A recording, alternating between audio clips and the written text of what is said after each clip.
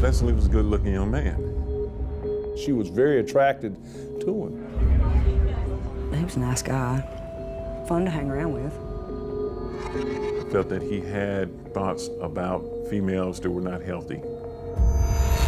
I was so sick of hiding and being scared. They told me I would be next. It was just agony to think about the body of somebody you love being just dumped in a river like a dog.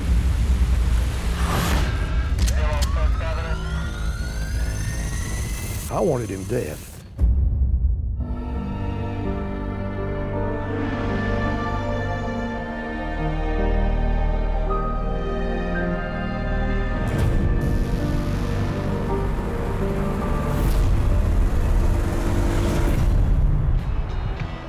May 1990, Asheville, North Carolina. Population 62,000. It's the day before Memorial Day weekend, and Jamie Hurley hasn't turned up for work. That Friday night, about 6 o'clock, I got a call from Jamie's father. Oh, hi, Mr. Hurley. How are you? He asked me if I knew where Jamie was.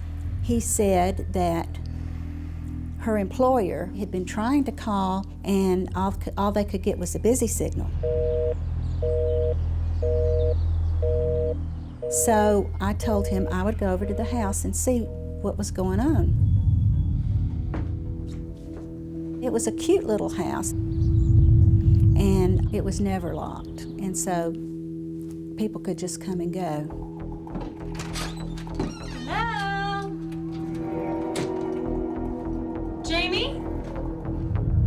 The first thing I noticed was that the sofa was made up for someone to be sleeping there. Jamie? And there was an indentation in the pillow, obviously, where someone had been lying. I had this really, really eerie feeling. I went into the bedroom. The bed was perfectly made up. The sheets were turned down, and her answering machine was there right by the bed, and something was wrong with it. It was just clicking. It was just over and over and over because the tape had been removed.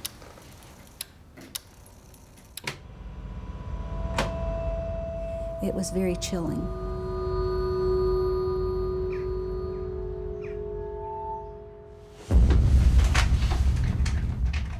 So I called Mr. Hurley, and I said, this doesn't look good, and I think maybe you should call the police. The police are called, but it's the start of the long weekend and not a priority case. The policeman was very nice, but he said she's an adult, she's free to go where she wants, and 99 times out of 100, people will show up. Just give it some time.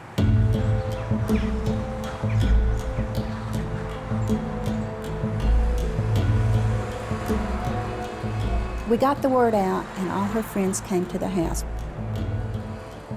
I was out of town when the call came that Jamie was missing. I was at my in-laws down east, and immediately came back up here.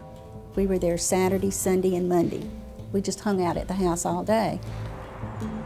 Tuesday morning after the long weekend, and there's still no sign of Jamie.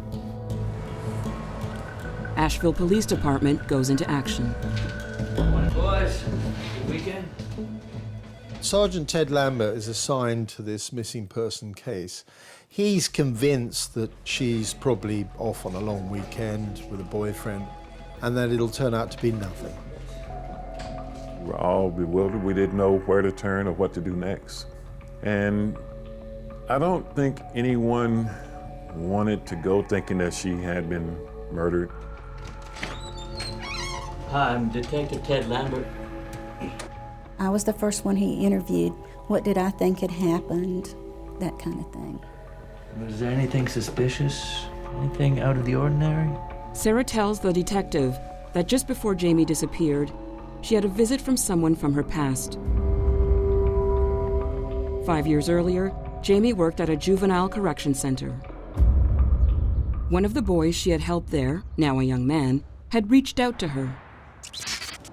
Jamie worked in the aggressive children's unit with the younger boys. She met Lesley Warren there when he was 15. Lesley Warren was in for kidnapping and assault. Lesley's a troubled soul. He was very quiet, a loner. Just didn't have good feelings about Lesley. I felt that he had thoughts about females that were not healthy. Lesley, he was more responsive to her, and she built a very good rapport with him. What is it that you would like to do? One of the things that she loved was reading. I heard you like to read now and then. He was special to her because she felt that she had made a real difference with him, that he and she understood each other. Do you have a favorite author at all? Was she too trusting of Lesley? Yes. I told her that. I think what concerns me, though, is the behavior around the females, such as yourself and others that are here, that really concerns me. I cautioned Jamie to be leery of Lesley, to stay away from him. But she believed that everyone had a good side, everyone had a bad side, but that good side outweighed the bad. No, of course, it's fine. Jamie hadn't seen Lesley for 5 years, but out of the blue, he'd called and asked if he could drop by. He told her that he was in some kind of trouble and he needed to talk. And so she told him that he could come over to the house. Nothing would have delighted her more than to have one of her former clients turn to her for advice. Lesley Warren is now 22, an ex-military man and married to childhood sweetheart Tracy. Lesley came back to visit the center one day. He was in the area visiting family. I kind of took that face value that he had been doing well, and we were talking. Jamie called. So it gave Lesley the phone, and they talked for a while. After they hung up, he said they would contact each other in the future. This was a very different Lesley Warren. He seemed more confident, he seemed to have turned his life around, and was married with 2 children. She found herself beaming with pride. Lesley was a good-looking young man. He took good care of himself. And I think he maybe used that to his advantage. 4 days after the disappearance of Jamie Hurley, detectives pulled Warren in for questioning. Warren seemed very relaxed, very straightforward, pleasant, polite young man. I'd like to thank you for coming in to talk to me today, Mr. Warren. My pleasure, Detective Lambert, Ted Lambert. Yes, thank you. I wanted to talk to you because your name came up in a missing persons investigation. Oh, who? Jamie Hurley. She's missing? So you know Jamie? Of course, she was my social worker when I was 15, and we go back for a while. She really helped me out. Did you see anybody else? Was there anybody else at her place? No, not that I remember. It was just myself and Jamie.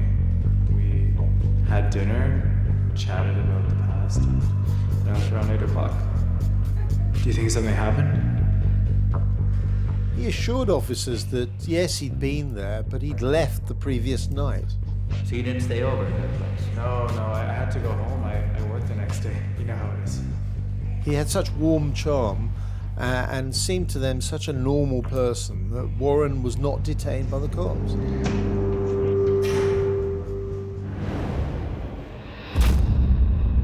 But ever the cautious investigator, Detective Lambert keeps Warren's van and orders a forensic examination. Released from police custody, and with his marriage to Tracy failing, Warren heads over to see his new girlfriend, Bronya Owenby. I met Lesley Warren at the community store where he had a job there. We went out a couple of times, and he started coming to my house, and sometimes he brought groceries. And just hung out, talking, drinking. He was fun to hang around with. He was a nice guy. Women are attracted to the nice guy with the deceptive baby face good looks. We went to the Asheville Mall one day, and on our way back, he just pulled a pistol out. Started shooting it out the window.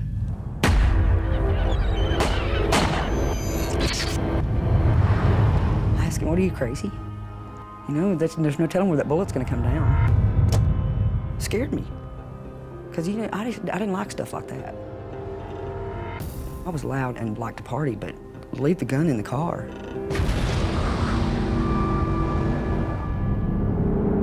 Meanwhile, a detailed search of Warren's van has turned up a woman's purse. They brought the purse over to my house for me to identify. I think this might be Jamie's. Yes. They said they had also found a sheet in Lesley's van that matched a sheet at Jamie's house. When I saw the purse, it made me very fearful that he had done something with her.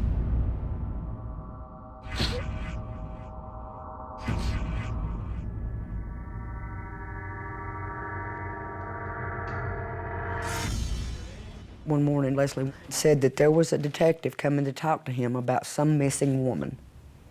And I thought that was weird. Lesley Warren is hauled back to the police station. I know you've been lying to me. This time, the cops aren't charmed. Found a purse in your van. You stayed there, didn't you? Under pressure, Warren claimed that he'd taken cocaine with Jamie Hurley and that she'd overdosed. He said Jamie was shooting up cocaine, which is something she would never, ever have done. That she OD'd, and he had panicked and dumped her body in the French Broad River. It was just agony to think about the body of somebody you love being just dumped in a river like a dog. It was just awful. Detectives are in a bind. They don't buy Warren's story, but without a body, they can't hold him for long. They searched the river, I guess maybe 3 days. Jamie's friends join in the search. They felt it would be good if we did help. It would give us something to do besides just stressing over what was happening. We would have some way to be involved. I'd like to thank you for joining our search today. Very much appreciated the extra manpower. Some of us who were working were allowed to have the time off the day to go and search for her. It was just really heartwarming to see all the community volunteers that came out. I think basically it was all of us coming together to try to support each other, because Jamie touched all our lives, and for her to just suddenly disappear like that, we were just all, I guess, in a state of shock. Lesley Warren told us that he dropped the body up here. Where you want to look, you see in the undergrowth, check closely because the body may get snagged in some branches. One thing also to pay special attention to is smell. Decomposing body has a very strong odor, so if you don't want to get too close, it's okay, just call the officers. I can remember talking to Jamie's aunt who was there, and I said to her, "This must be what hell is like." And she said, "I don't think it's this bad." The police department told us what type things to look for. We knew she was somewhere, but we couldn't find her. Despite a huge search, there's no sign of Jamie. I remember seeing Ted Lambert on the riverbank, bent down, and he looked so tired, so discouraged. It's a bitter blow for her friends and family, and for Detective Ted Lambert. Forced to let him walk, Lambert believes he may be letting Jamie's killer slip through his fingers.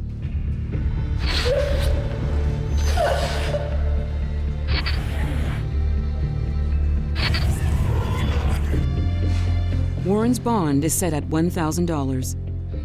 His grandfather coughs up the cash, and he walks free.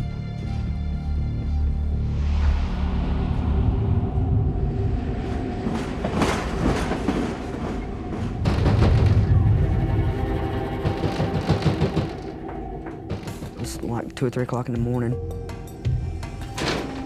Blood all over him, was wet. It was raining outside. He said, I got caught stealing the pot plant, so I had to stab the guy. Look, it's not a big deal. You stab someone, it's not a big They're deal. coming There's at blood me. all over you. It was horrible. That scared me. Leslie, I can't deal with this. What's going on with you? He asked me if he could stay at my house. Please. I let him clean up, but I told him he had to go. I wouldn't let him stay at my house.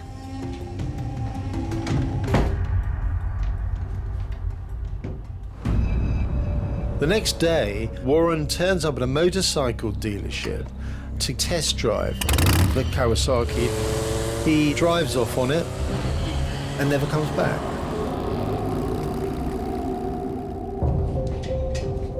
Meanwhile, Detective Lambert reaches out to neighboring police forces. Do they have anything on Warren? In Spartanburg, South Carolina, he catches a break. One of the investigators there happens to remember the name. Last year, Lesley Warren had been questioned about another homicide. He walks over to a filing cabinet, pulls out a file on an unsolved murder.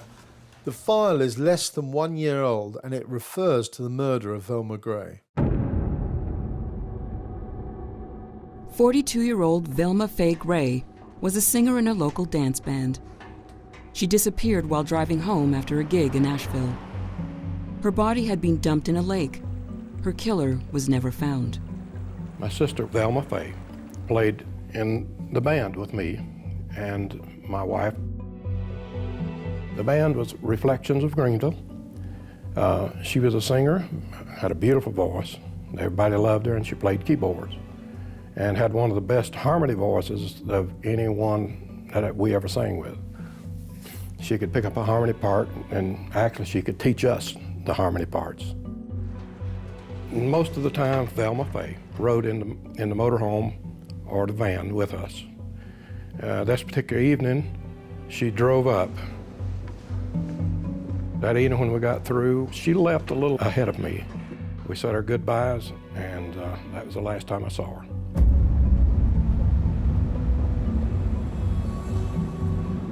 Greenville is right at the foot of the Blue Ridge Mountains, and there is a steep stretch, and it tends to be foggy, and she ran off the road into a ditch. A carload of teenagers drove by, and she explained to them she'd run into a ditch. Could they help her? They were trying to figure out exactly what to do when they saw a semi, a tractor trailer, pull up behind Velma Gray's car. Thanks. They figured, okay, everything's fine, the trucker's gonna help this lady. So they drove off. When questioned later, the teens remembered the truck's distinctive logo. There was a logo on the cowling, and it was AmCam, American Canadian Trucking. And the company is based in Anderson, South Carolina.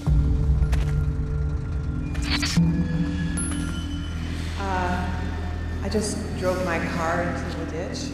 There's a grocery store 3 miles down the way. If you'd like, you can hop into my truck. Totally fine.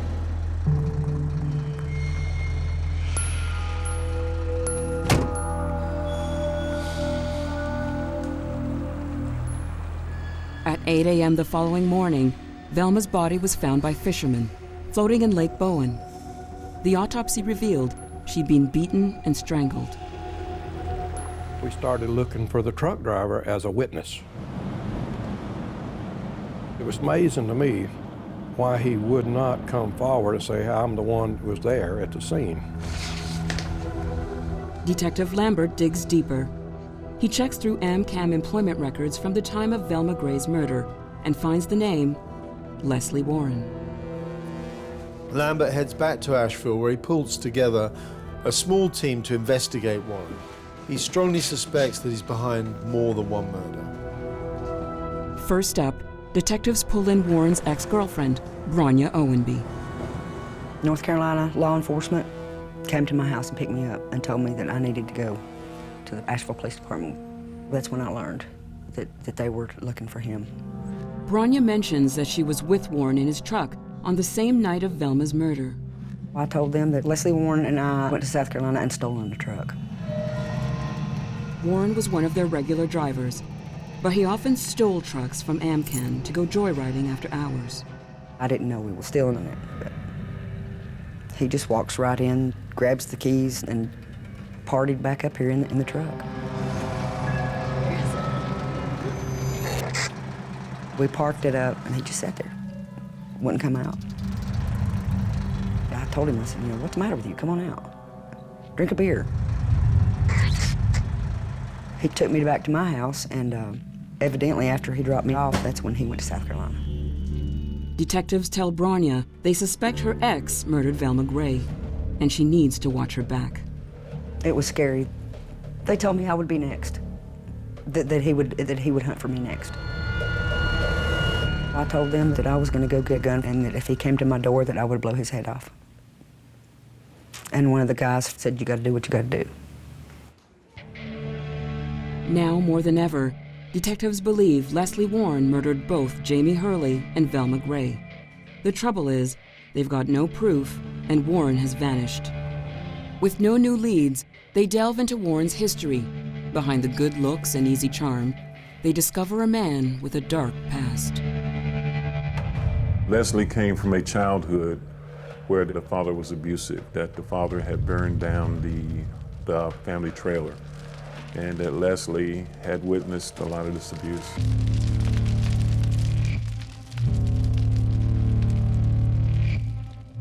As a teen, Lesley flunked school and turned to alcohol and drugs. At 15, he tried to rape his 30-year-old next-door neighbor. He was at her house trying to help her out with some chores, and she sent him down to the basement for something. And while he was down there, he called her and said, come down here, I need you to look at something. She went down the steps, and he was pointing to something. She looked over at it, and he wrapped a rope around her neck and started strangling her.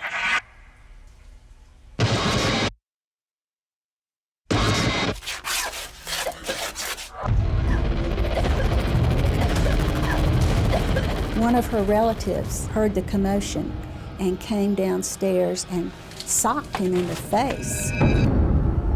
That's the only thing that saved the poor lady. And that's when he was sent to the Juvenile Evaluation Center. The Juvenile Evaluation Center, where Warren would meet counselor Jamie Hurley.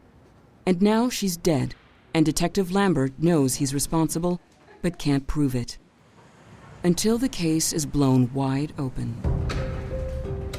Detective Lambert here. Unwittingly, this vital piece of evidence comes from the one person who was trying to protect Warren. No, ma'am, I assure you we have not been harassing your son. His loyal mother, Phyllis. What were they talking to your son about? Warren's mother reveals that 3 years ago, he was a suspect in yet another murder.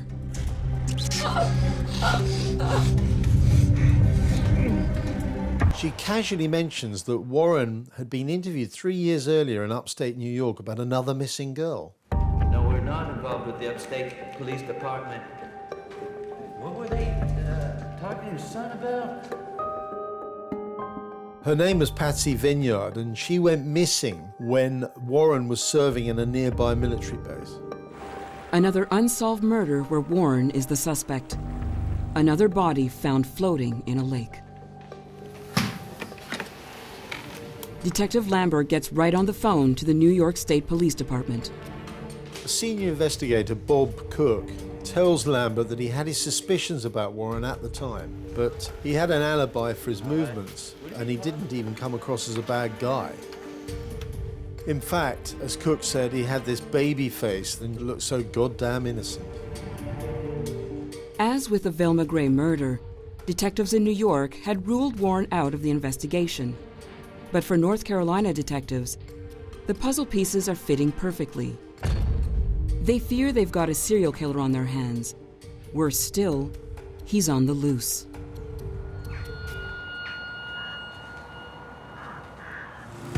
Unbeknownst to police, Warren has driven his stolen motorbike 200 miles east on Interstate 40. Lesley Warren turned up in High Point, North Carolina. He came here to visit a friend. She worked at a bar. But she's not working that night. So he kind of just hung around, and he drank heavily, hard liquor, tequila. Around 3 a.m., my partner and I were dispatched to investigate a suspicious male who appeared to be intoxicated, trying to push his motorcycle. He had dropped it and seemed to be having a hard time getting it moving again. I asked him what he was doing, and he answered he had been at the bar at the Radisson Hotel, and he had been drinking, just had too much to drink, and instead of driving home, he was going to walk his motorcycle back to a motel where he was staying nearby. My partner put him in the back of his car and took him to the motel. The local cops have no idea the man they've just assisted is wanted in connection with 3 homicides.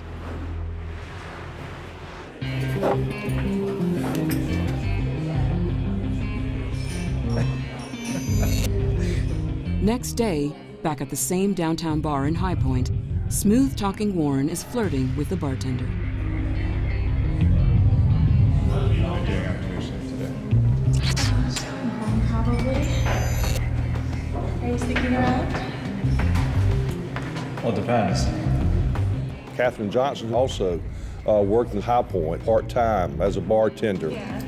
I saw you on the motorcycle outside. I do. Wanna come for a ride? I mean, I'm done in about an hour. I don't know what it is about some women and motorcycles, or maybe it's the same thing about men with guns. I don't know, but she was very attracted to him. Cheers. 21-year-old Catherine has no idea of the danger she's in. Lesley Warren knew that they were going to be on the lookout for a stolen motorcycle, but it sure didn't stop him riding around the streets of High Point. She was on the seat there behind him, swigging from a beer bottle, having just a great time. They wound up going to a picnic together that was put on for the employees at Radisson. They played softball together, they drank together. As they were leaving, Lesley Warren commented to one of the people drinking. He says, "You know, I'm going to have her tonight," and then repeated, "I'm going to have her, just wait and see." They were in Catherine's car, driving around.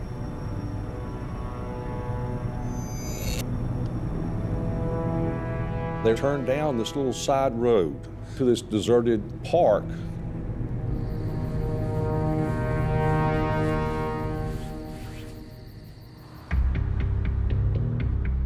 "200 miles away in Asheville, North Carolina, Warren is wanted by police.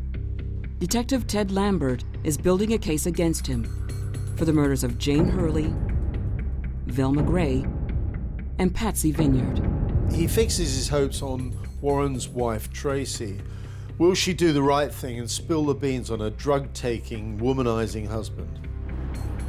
He heads back down to Spartanburg, where Tracy lives with their 2 children. Lesley Warren and Tracy are estranged. Detective Lambert notices Tracy is wearing a ring, stolen from murder victim Patsy Vineyard.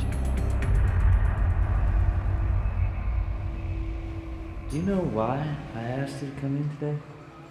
Well, I assume it's about Lesley. Your husband, Lesley, yes. Not my husband anymore. We're separated. Oh, really? We've been trying to find him because we think he might be messed up with something a little unpleasant. We're wondering, do you know where he might be? Perhaps visiting one of his dealers? That's a lovely ring you have there. Oh, this whole thing. Yeah. Do you mind if I have a closer look at that? Sure. God, that is beautiful. Isn't it sparkling? Have you seen him recently? No. He's not been around? No. Can I show you something? Sure. You might find this curious. He pulls out a photograph of Patsy Vineyard wearing the same ring.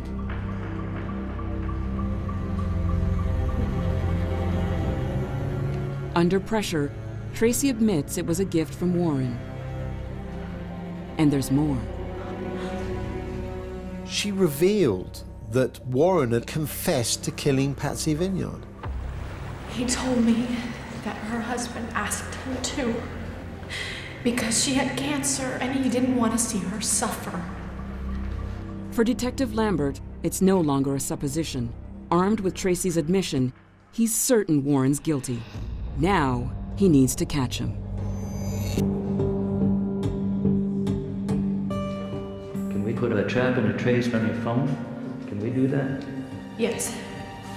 Asheville Police Department put together a plan. They will tap Tracy's phone and wait for him to call her. A wanted poster describing Warren as a highly dangerous serial killer is faxed to law enforcement offices all over the nation.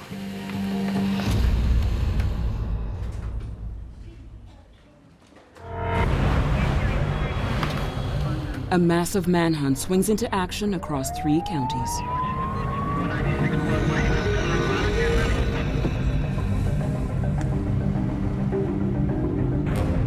And later that day, Lambert gets an unexpected visit. Brother Laren turns up at the police station. He tells officers that he knows where Jamie Hurley's body is hidden. Warren had pitched up at his trailer a few months earlier and suggested they take a ride.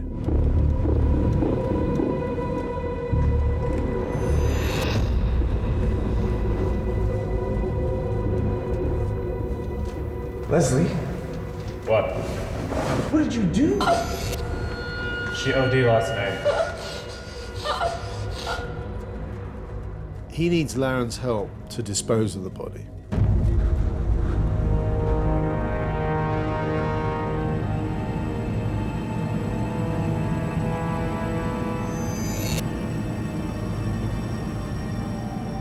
They stop in the mountains. Warren drags Jamie's body down the side of a hill.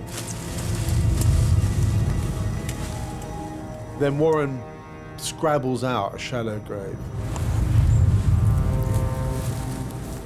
Getting back into the car, he tells Laren to keep his mouth shut.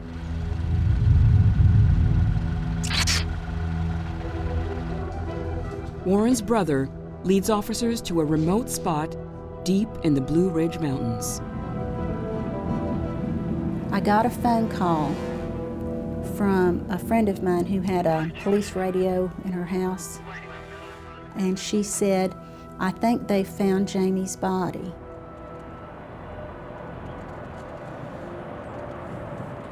It was relatively steep, slope down, dropping down below us. They had strung some ropes, so I climbed 250 feet down where the remains were located.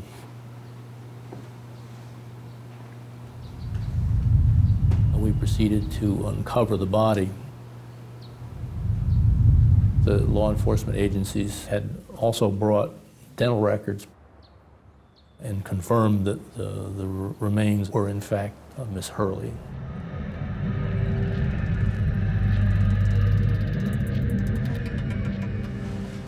They did the autopsy, of course, and found out that she was strangled and that there was no cocaine in her body at all.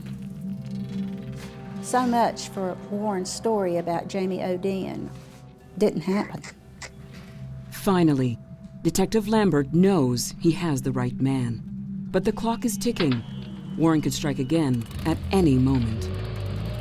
They have little to go on as he seems to have disappeared into thin air.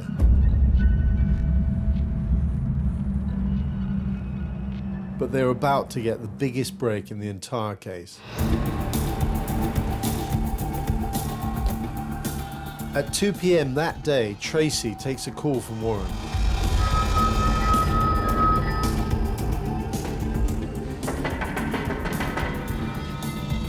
Get on that. Police need Warren to stay on the line long enough to make the trace. Where is that, you know? He's phoning his wife because he needs some money. Can you get a trace on that? Tracy keeps him talking. Experts get a fix on a location 200 miles away in High Point, North Carolina. You sure about that? Great work, thank you. The police response is swift and decisive.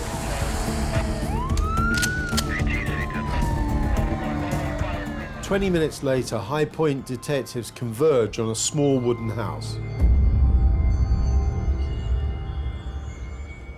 A group of patrol officers, uniformed people, and detectives who went to the house.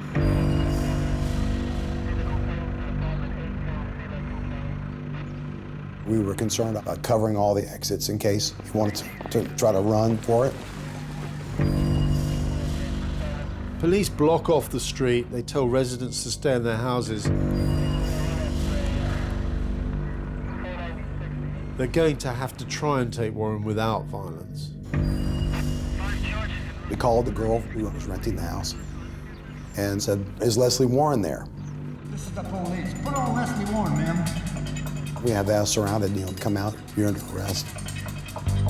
Officers know Warren's inside, but he refuses to come out. They make their move.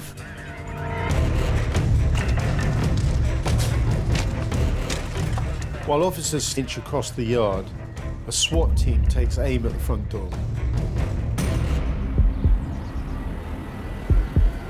The handle slowly turns from the inside.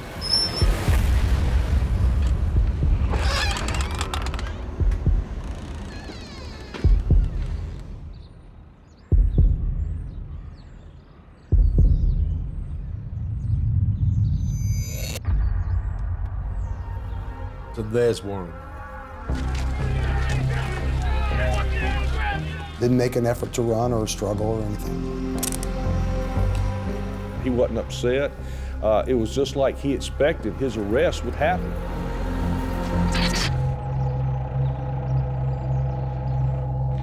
Detectives have a strong case against Warren, but it's mostly circumstantial.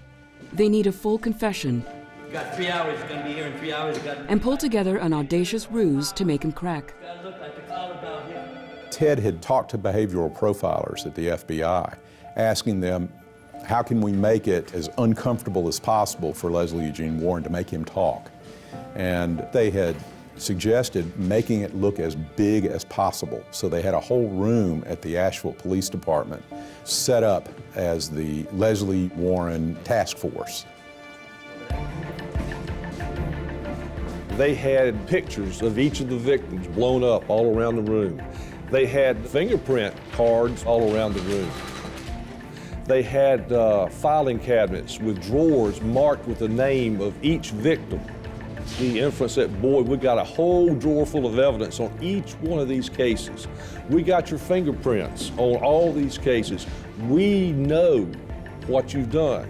They had boxes of pizza open like they were working 24 hours a day on this. It was brilliant police work on Ted's part. Now, in actuality, there was no evidence.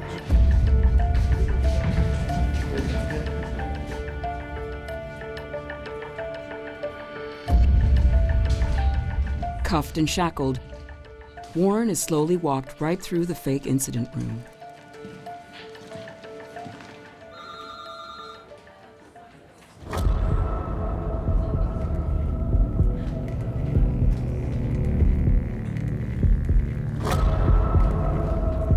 He wasn't there more than a couple of minutes because they were looking for shock value. Any longer, and Warren might see through the fakery.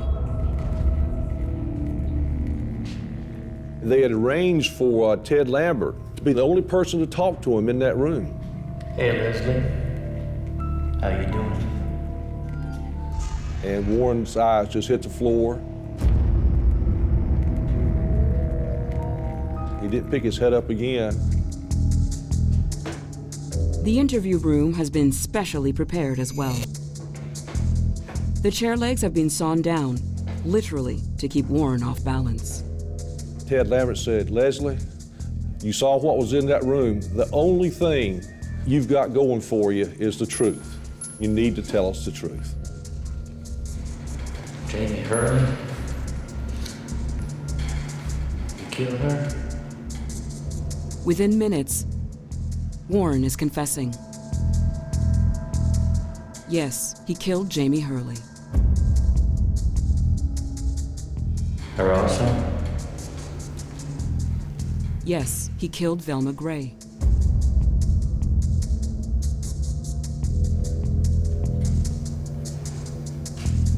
Yes, he killed Patsy Vineyard. Why'd you kill him? I don't know. Chillingly, he said, I just kill him. No real reason. There was one instance. Lesley and I were having sex, and he just slipped his hand up around my throat. He didn't put any pressure on it, but I couldn't figure out what the hell that was about. And then come to find out, that's how he killed these women. I don't know why he didn't kill me. I don't know. The interview is all but over. One more thing. When Warren starts talking about a fourth victim. Oh, by the way, there's this woman down in High Point I killed.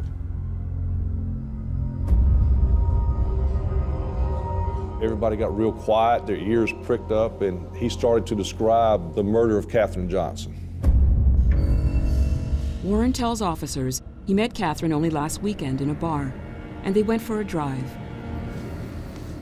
After he had sex with her, he placed his hands around her throat and strangled her to death.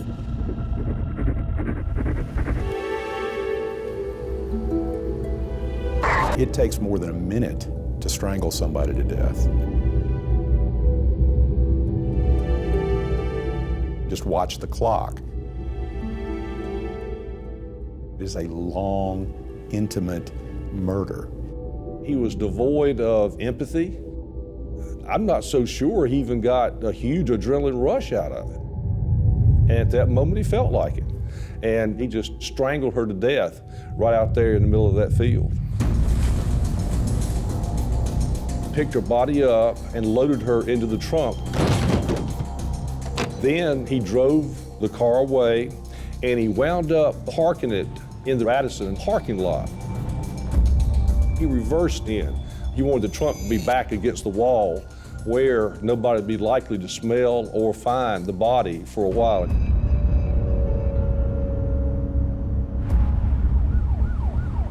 Warren, under armed escort, is driven back to High Point to find Katherine's body.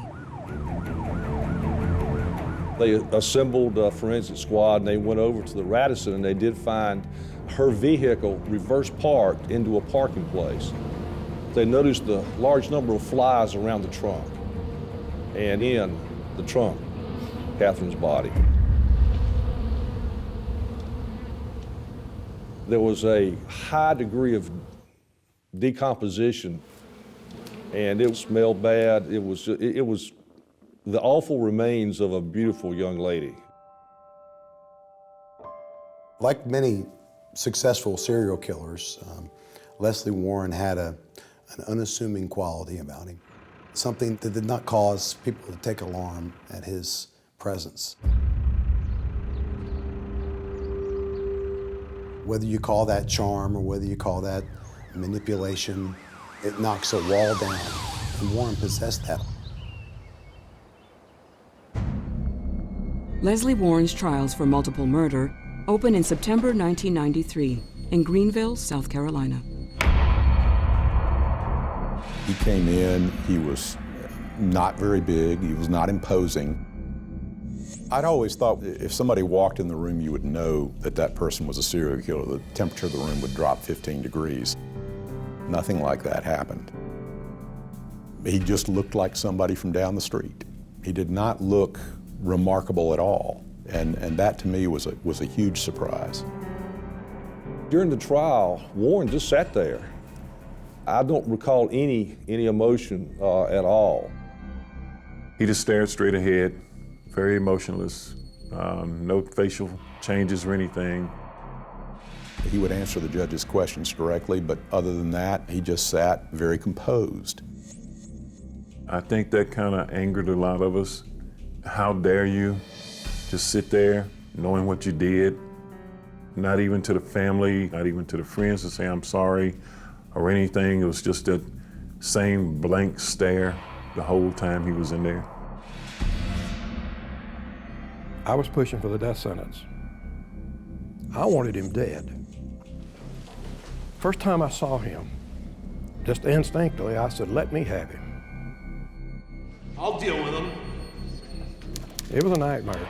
They put guards in front of me, and I guess they were afraid I might do an outburst or something of that nature.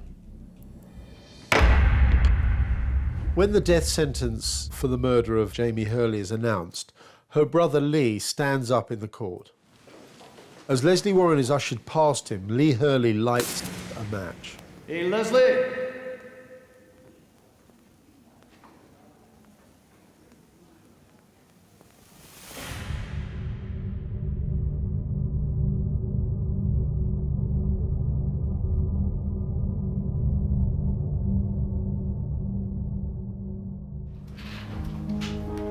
I was so sick of hiding and being scared. And I just wanted to go on with my life. I carried a gun with me for a long time, until the day that they caught him. A big hooray went through the whole house, you know, and that I was safe. I felt relieved that no more women were gonna get hurt by him.